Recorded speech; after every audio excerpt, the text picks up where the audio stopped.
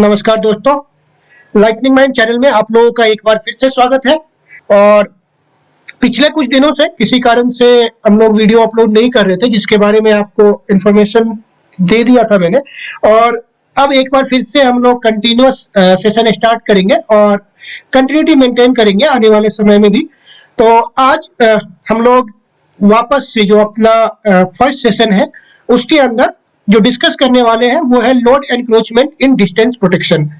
Basically इस topic के लिए बहुत सारे लोगों ने कमेंट सेक्शन में भी लिखा था कि लोड एनक्रोचमेंट के बारे में डिस्कस करने के लिए। और जब मैं पहले डिस्टेंस प्रोटेक्शन के बारे में डिस्कस कर रहा था उस टाइम पर भी मैंने बोला था कि आने वाले समय में हम इसके बारे में डिस्कशन करेंगे, और फिर किसी कारण से इसको डिस्कस नहीं कर पाए थे। तो आज के सेशन में हम डिस्टेंस प्रोटेक्शन के अंदर लोड एनक्रोचमेंट क्या होता है और लोड एनक्रोचमेंट को कैसे टेक केयर किया जाता है, अगर लोड एनक्रोचमेंट के टाइम पर ही सिस्टम में फॉल्ट आ जाए तो उसे डिस्टेंस प्रोटेक्शन कैसे टेक केयर करता है, इन सभी टॉपिक के बारे में डिस्कशन करेंगे। आगे बढ़ने से पहले जो दो तीन महत्वपूर्ण बातें हैं जो कि मैं हर एक वीडियो के स्टार्टिंग में बोलता हूं, वही इसमें भी है कि आज का जो सेशन है ये भी ओपन सोर्स मटेरियल से प्रिपेयर किया गया है। बेसिकली आज के सेशंस के लिए जो स्लाइड्स है वो पीएम एंडरसन की प्रोटेक्टिव रिलेइंग की बुक है और एक मेसन्स की art and science of protective relying करके बुक है। इन दोनों बुक से कुछ कुछ टॉपिक लिए गए हैं। इसके अलावा आईआईटी खड़गपुर के प्रोफेसर डॉक्टर ए.के. प्रधान के कुछ सेशंस थे, उन सेशंस से भी कुछ स्लाइड्स कॉपी किए गए हैं, उसके कुछ मटेरियल्स कॉपी किए गए हैं। इन सभी को कंबाइन करने के बाद हमने आज के सेशंस के लिए कुछ 3 या 4 स्लाइड्स प्रिपेयर किए हैं और उनके डिस्कस करेंगे हम अपने हिसाब से। मैं आपको एक एक करके बताऊंगा कि कैसे लोड एनक्रोचमेंट को हम टेक केयर करते हैं, क्या लोड एनक्रोचमेंट का इफेक्ट होता है डिस्टेंस प्रोटेक्शन में, किस जोन में इसका मैक्सिमम इफेक्ट आता है। ये सभी चीजें हम आज के सेशन में डिस्कस करने वाले हैं। जो लोग चैनल पर पहले से ही मौजूद है उनको पता है कि ये इस चैनल पर सभी वीडियो इंग्लिश और हिंदी दोनों लैंग्वेज में पब्लिश किए जाते हैं। दोनों के अंदर कोई भी डिफरेंस नहीं होता है अपार्ट फ्रॉम लैंग्वेज। दोनों ही सेशंस में सेम स्लाइड यूज किया जाता है, सेम कंसेप्ट बताए जाते हैं। जो लोग चैनल पर नए हैं आप वीडियो को देखिए और अगर आपको लगता है कि ये वीडियो आपके लिए बेनिफिशियल है, अगर आपको लगता है कि ये सेशंस आपके लिए, आपके ऑर्गेनाइजेशंस के लिए बेनिफिशियल है और आप इसको अपने फील्ड में इंप्लीमेंट कर सकते हैं, तो आप इस चैनल को सब्सक्राइब कर सकते हैं आने वाले समय में ऐसे ही और अन्य वीडियोस के लिए। तो आइए अब बहुत ज्यादा समय ना खराब करते हुए डायरेक्टली हम आज के टॉपिक की शुरुआत करते हैं। एक और महत्वपूर्ण बात यह है कि आज के टॉपिक में क्योंकि हम सिर्फ लोड एनक्रोचमेंट की बात कर रहे हैं, तो जो आपका डिस्टेंस प्रोटेक्शन है इसके बारे में मैं डिस्कस नहीं करूंगा। तो डिस्टेंस प्रोटेक्शन का एक सबसे फर्स्ट सेशन जो इस चैनल पर पब्लिश हुआ था, डिस्टेंस प्रोटेक्शन बेसिक कंसेप्ट, आप एक बार उस सेशन को देख लीजिएगा, क्योंकि उस सेशन को देखने के बाद आपको पता चलेगा कि जो हम कैरेक्टरिस्टिक्स ड्रॉ करते थे, जो कि मैं अभी आज के सेशन में बात करूंगा कि इस कैरेक्टरिस्टिक में वहां पर मैंने बताया था कि सपोज क्वाड्रेटल कैरेक्टरिस्टिक्स नॉर्मल इस टाइप से कुछ है, तो कि इसमें ये वाला पोर्शन यहाँ पर जब हम कट करते हैं लोड वाला, तो वो क्यों किया जाता है, ये लोड एनक्रोचमेंट वाला पोर्शन ये क्या होता है और क्यों कट करते हैं, इसी के बारे में बेसिकली आज हम डिस्कस करेंगे। तो आइए अब सेशन की शुरुआत करते हैं। सबसे पहले यहाँ पर अगर आप देखें तो ये एक 2 बस सिस्टम है, बस M और बस N, दोनों एंड पर सोर्सेज कनेक्टेड है। RM वो रिले है जो कि M बस पर इंस्टॉल्ड है। PMN प्लस JQMN ये पावर फ्लो है, active plus reactive power flow, जो कि आपका बस M टू बस N की तरफ फ्लो हो रहा है। अभी हम फॉल्ट की बात नहीं कर रहे हैं, अगर आप यहाँ पर ध्यान से देखें तो नॉर्मल लोड फ्लो की बात है। अगर आप यहाँ पर ध्यान से देखें आपको पता है कॉम्प्लेक्स सिस्टम में पावर जो होता है वो क्या होता है, V into I conjugate is equals to P plus JQ, यही होता है। तो अगर मैं इसको यहाँ से I का मैग्नीट्यूड निकालूं या करंट का मैग्नीट्यूड निकालूं तो वो कितना हो जाएगा, P plus JQ divided by V, और I अगर मुझे लेना है तो वो हो जाएगा P minus JQ divided by V conjugate. तो ये एक नॉर्मल मैथमेटिकल फॉर्मूला है आपको, मतलब करंट निकालने के लिए कॉम्प्लेक्स सिस्टम के अंदर यहाँ पर पावर फ्लो, एक्टिव और रिएक्टिव पावर फ्लो आपके पास है, वोल्टेज अवेलेबल है, तो हम करंट कैसे डिराइव कर सकते हैं। इसी फॉर्मूले को यूज करते हुए हम जो है अभी जेड अपीयरेंट या जो रिले के द्वारा इंपेडेंस मेजर्ड होगा वो कैलकुलेट करेंगे करंट और वोल्टेज के रेशियो से। आपको पता है यहाँ पर RM क्या है, RM जो है वो रिले है एट बस M। तो ये जो रिले होगा वो इंपेडेंस कैसे मेजर करेगा, तो Z M impedance measured by the relay R R M at bus M is equals to, यहां पर इसको जो भी वोल्टेज मिलेगा वी एम एंड करंट जो ये मेजर करेगा आई एम, उसका रेशियो, तो that is V M divided by I M. इसी जेड एम को जेड एपियरेंट भी कहते हैं, या जो impedance measured by relay R. अगर आप यहाँ पे देखें apparent impedance seen by relay R M during loading condition, यहाँ पर लोड कंडीशन की बात कर रहे हैं हम लोग, फॉल्ट की बात नहीं कर रहे हैं। तो लोड कंडीशन में एपियरेंट इम्पिडेंस कितना होगा, जेड एपियरेंट या जेड एम, वो होगा वी एम, या इस बस का जो भी वोल्टेज होगा वो डिवाइडेड बाय आई एम, जो ये करंट मेजर करेगा वो, तो V M divided by I M. और आई एम अभी मैंने आपको बताया था, आई एम जो है वो होगा V P minus J Q divided by V conjugate. तो यहां से अगर आप देखें तो हम जेड एपियरेंट को क्या लिख सकते हैं, हम जेड एपियरेंट को लिखते हैं V M divided by I M, और इसको हम लिखेंगे V M divided by I M को आप लिखेंगे P minus J Q divided by V conjugate. और अब मैं सभी में सफिक्स डाल देता हूँ, एम एन मीन्स आपका इस बस एम से बस एन के बीच में चल रहा है, तो इसीलिए उसको सफिक्स के फॉर्म में डाल दिया है। तो जब आप इसको सिंप्लीफाई करेंगे, ये वी एम ऊपर चला जाएगा, तो V M into V M conjugate that is magnitude of V M square divided by P M minus J Q M. और इसी को अगर आप फिर से नॉर्मलाइज करेंगे तो आप P M plus J Q M से मल्टीप्लाई कर सकते हैं दोनों साइड, और जब मल्टीप्लाई करेंगे तो फाइनली ये वाला आपको इक्वेशन मिल जाएगा। तो दैट इज जेड एपियरेंट, जो यहाँ पर apparent impedance measured by this relay, V M square divided by P M plus J Q M square into P M plus J Q M.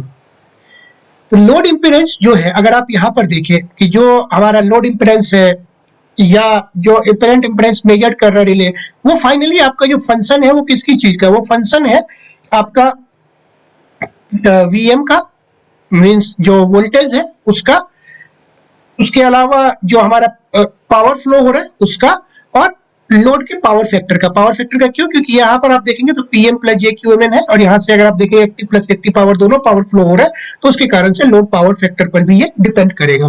तो अगर हम बात करें कि इस रिले पे, यहाँ की जो रिले होगी वो टोटल इम्पिडेंस मेजर्ड कितना है, वो टोटल इम्पिडेंस मेजर्ड ये है। अब इसमें जो हमारा, सिर्फ मैं जेड एपियरेंस की बात करूं तो जेड एपियरेंस जो है वो हमारा प्रोपोर्शनल है वी एम के स्क्वायर के ऊपर। साथ ही साथ जेड एपियरेंट जो है वो इनवर्सली प्रोपोर्शनल है जो आपका एपियरेंट पावर है, that is P M N square plus J Q M, P M N plus Q M N का स्क्वायर, इसके भी आपका इनवर्सली प्रोपोर्शनल है। तो अगर आप इस टर्म में यहाँ पर देखें तो मान लीजिए कि हमारा किसी टाइम पर जो वोल्टेज है, यहाँ पर नॉर्मल टाइम पर नॉर्मल पावर फ्लो चल रहा है, और वीएम जो है वो स्लोली आपका रिड्यूस हो रहा है, किसी पावर फ्लो करने से वीएम रिड्यूस हो गया। अगर वीएम सपोज नॉर्मल टाइम पर 1 पीयू है और वो रिड्यूस होकर के 0.9 पीयू हो गया, तो जेड एपियरेंट जो मेजर्ड करेगा रिले वो कितना करेगा, इसका square, that is 81%। Normal power flow की केस में मैं बात कर रहा हूँ, जबकि कोई फॉल्ट नहीं है। अगर आपका वी और रिड्यूस कर जाता है सपोज 0.8, तो जेड एपियरेंट जो है वो 64% के आसपास हो जाएगा। अभी इसका क्या इफेक्ट आएगा वो हम नेक्स्ट स्लाइड में आपको दिखाते हैं। सिमिलरली अगर पावर सपोज लाइन के ऊपर पावर फ्लो इंक्रीज हो रहा है, तो अगर आपका पावर फ्लो इंक्रीज होगा, मान लीजिए पावर फ्लो पहले 1 पीयू था, उस 1 पीयू के कारण से हमारा जो जेड एपियरेंट था वो था सपोज 1। अब जैसे ही पावर फ्लो सपोज इंक्रीज हो रहा है, ये पावर नॉर्मल पावर फ्लो था, ये 1 पीयू था, अब मान लीजिए कि पावर जो है वो 50% रिड्यूस हो गया और पावर अब है 0.5। अगर पावर आपका रिड्यूस होकर के 0.5 हो गया है, तो इस केस में अगर आप देखेंगे तो ये वाला जो मतलब टोटल हमारे यहाँ पर मिलेगा वो 2/3 हो जाएगा सिंपल सा, और जेड एपियरेंट जो है वो 66.67 के आसपास हो जाएगा। अगर पावर हमारा डबल हो जाता है तो उस केस में, क्योंकि डायरेक्टली इनवर्सली प्रोपोर्शनल है, तो अगर हमारा पावर डबल हो रहा है तो उस केस में आपका जेड एपियरेंट जो है वो 50% के आसपास रह जाएगा।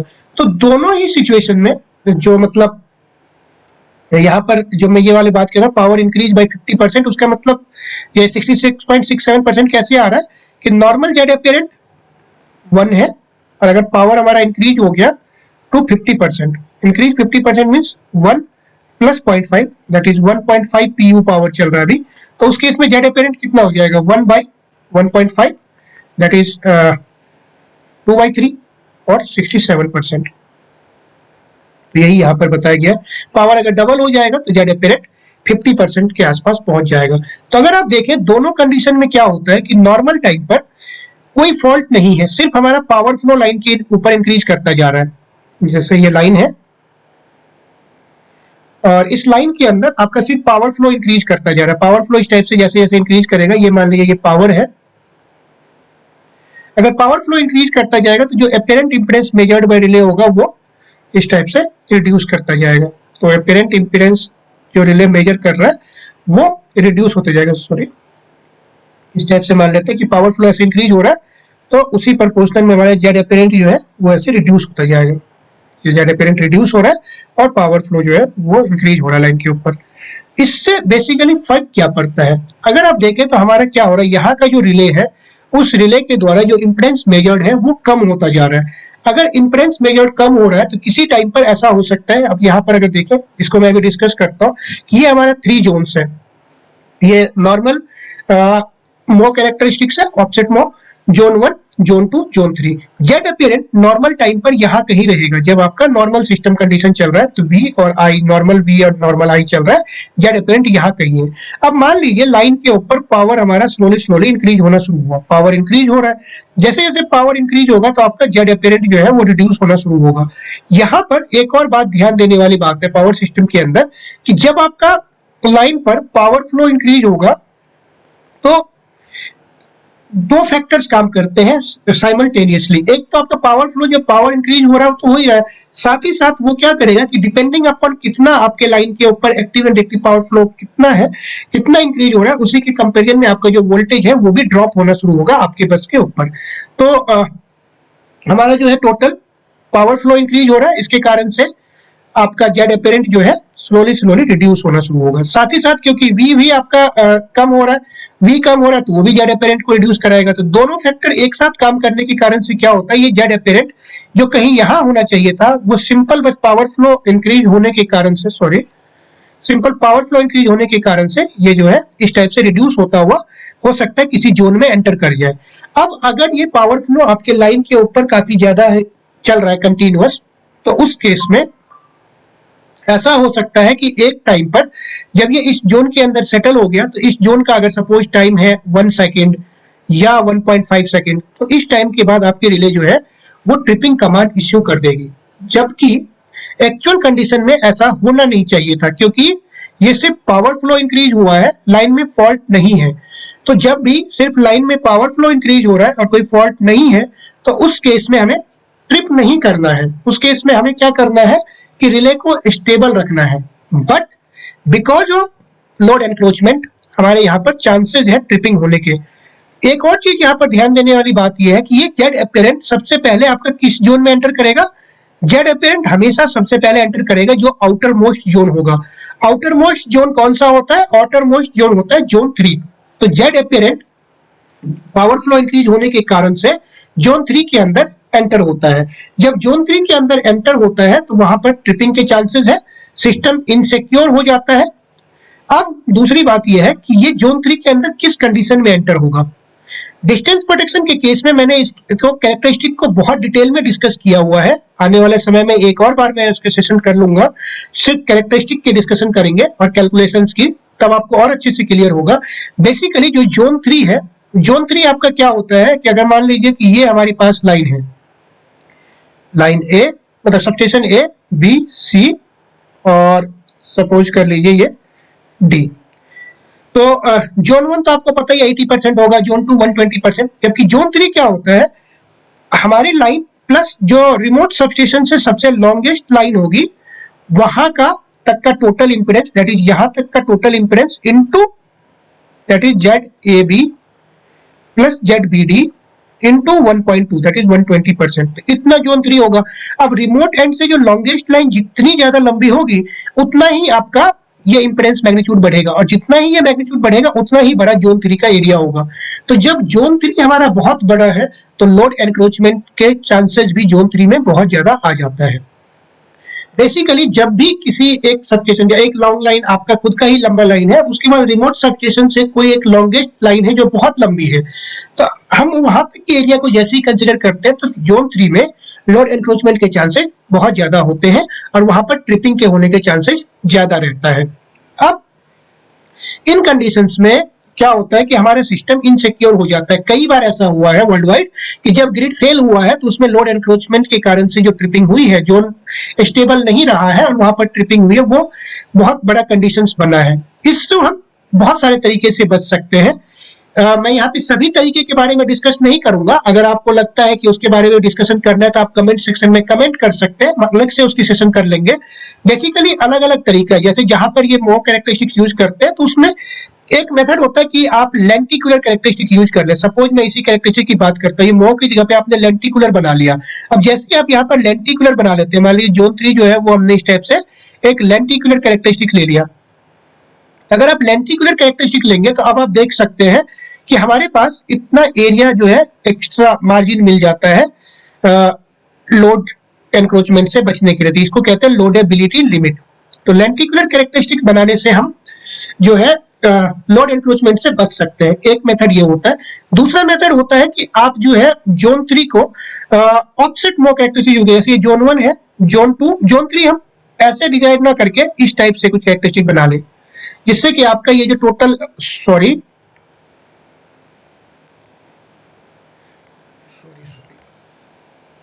जिससे कि जो हमारा ये टोटल जो कैरेक्टरिस्टिक है जोन 3 का, वो यहां तक इतना बड़ा कैरेक्टरिस्टिक ना बना करके मान लीजिए आप इस टाइप से कुछ ऑफसेट टाइप का कैरेक्टरिस्टिक बना लेते हैं। तीसरा एक और मेथड होता है जिसके अंदर कि हम ब्लाइंडर्स यूज करते हैं। मान लीजिए आपने एक ब्लाइंडर इसके पैरेलल, दूसरा इस कैरेक्टरिस्टिक के पैरेलल एक और ब्लाइंडर बना लिया, और अब रिले जो है तभी ऑपरेट करेगी जब आपका एपरेंट इंपेडेंस मेजर्ड जो है वो इन दोनों ब्लाइंडर्स के बीच में होगा। कैरेक्टरिस्टिक के अंदर तो आना ही चाहिए और साथ में दोनों ब्लाइंडर्स के बीच में होना चाहिए, तभी रिले ऑपरेट करेगी। तो ये थर्ड मेथड होता है।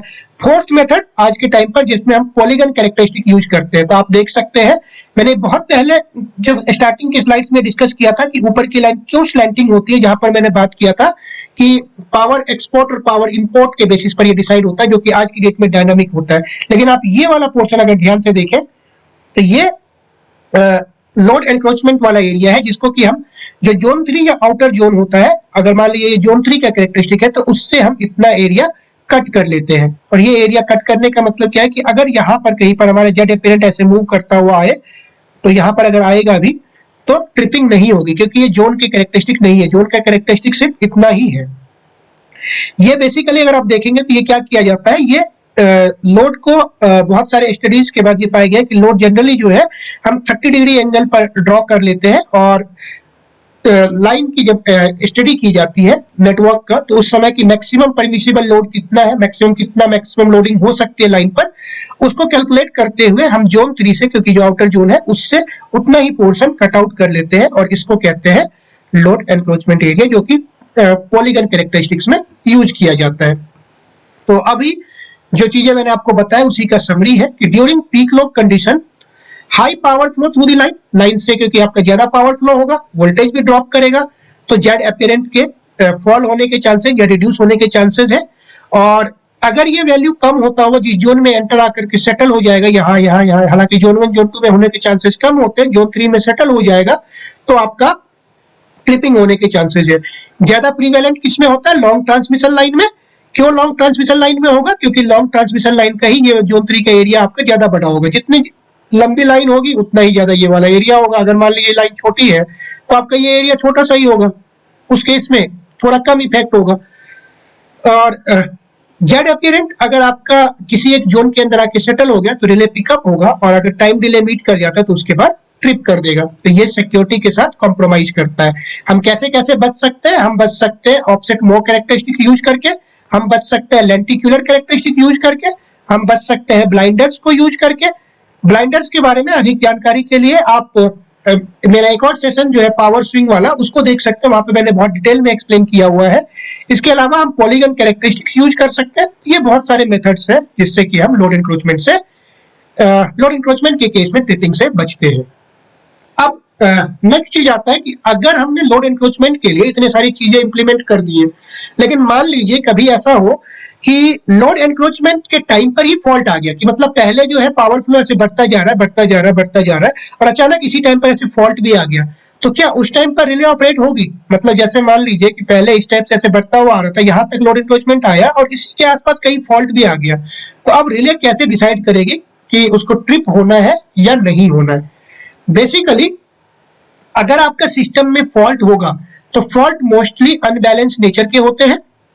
आपको पता ही है फॉल्ट चाहे एलजी फॉल्ट हो या एलएलजी फॉल्ट हो या एलएल फॉल्ट हो, तो बेसिकली यही वाले फॉल्ट होते हैं। ट्रिपल एल या ट्रिपल एलजी फॉल्ट होते हैं बहुत रेयर होते हैं, हालांकि उसको भी हम देखेंगे, लेकिन मेजरली जो फॉल्ट होते हैं वो आपके इन टाइप के फॉल्ट हो सकते हैं। अब ऐसे वाला अगर कोई भी फॉल्ट है अनबैलेंस नेचर का फॉल्ट, तो उसमें आपका नेगेटिव सीक्वेंस करंट का एक कंपोनेंट आता है।